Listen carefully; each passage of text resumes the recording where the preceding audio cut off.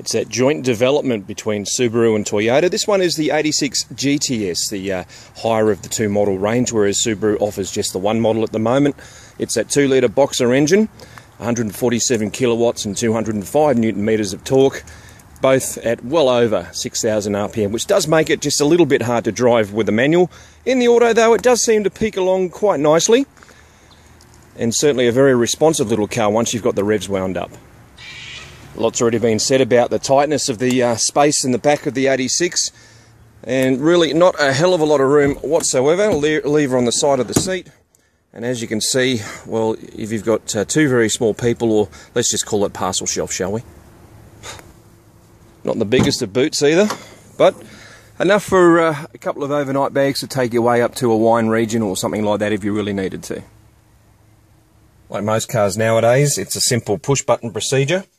Keyless start, and as you can see, it's got that semi-retro look to the little buttons just along here, and carbon fibre weave look on the dash itself, and this kind of almost arch-like design here for two of the main air vents, whereas it goes back to the old retro push, spin and turn around for those.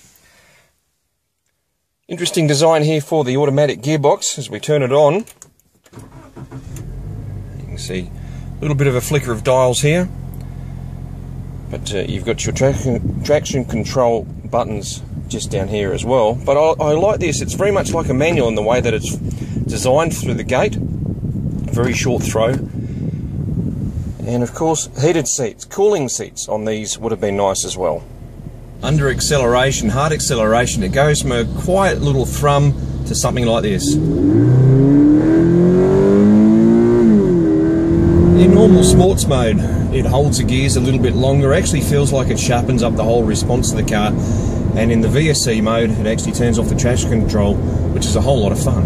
On a nice flat even road, the car is, well, nice and flat and even. That there's a very taut and tough suspension on the car though, and it actually feels that it's just a little bit too hard over certain road surfaces, and a little bit jaunty, a little bit bouncy. You can feel your teeth rattling, that kind of thing.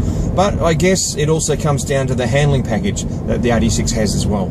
It's a wonderfully taut, wonderfully tight steering rack, just a little bit of turn and you get an instant response through the front wheels. Oh,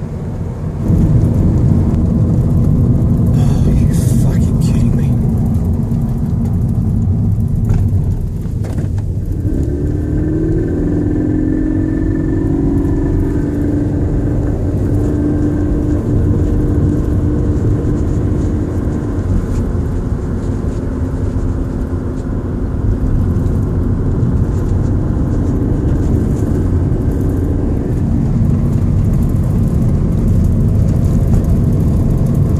Well, it's a low centre of gravity, and it certainly really helps in regards to the handling, but also makes it feel as if your bum's just a couple of inches away from the floor, especially due to that hard suspension. It's a lot of fun at times, but not always. Well, Subaru, and in this case Toyota, have done a fantastic job putting the 86 together.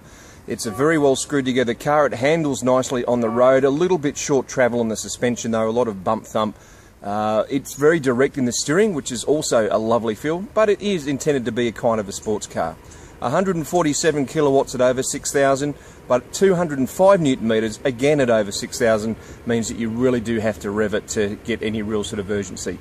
It's a lovely automatic gearbox, a 6-speed, very fluid, very fluent and very responsive when required, and having the paddle shifts, again, well, for me, doesn't really turn me on all that much.